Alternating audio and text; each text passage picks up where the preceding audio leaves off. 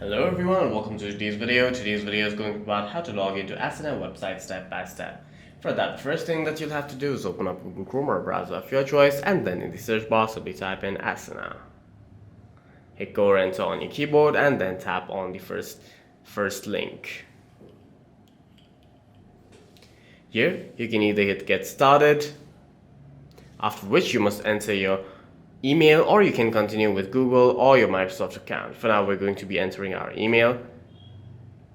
You can use autofill if you have it enabled, and then hit continue. After that, a code will be emailed to you on your email. You can open your email app on your device, refresh your inbox, and then long press on the email sent to you, hit copy, head back over to your browser, long press on the box and hit paste. After that, you can hit verify, and then you'll have to set up your account by entering your full name along with your password.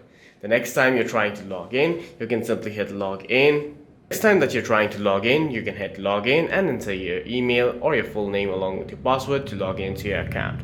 For any further questions, please feel free to leave a comment down below.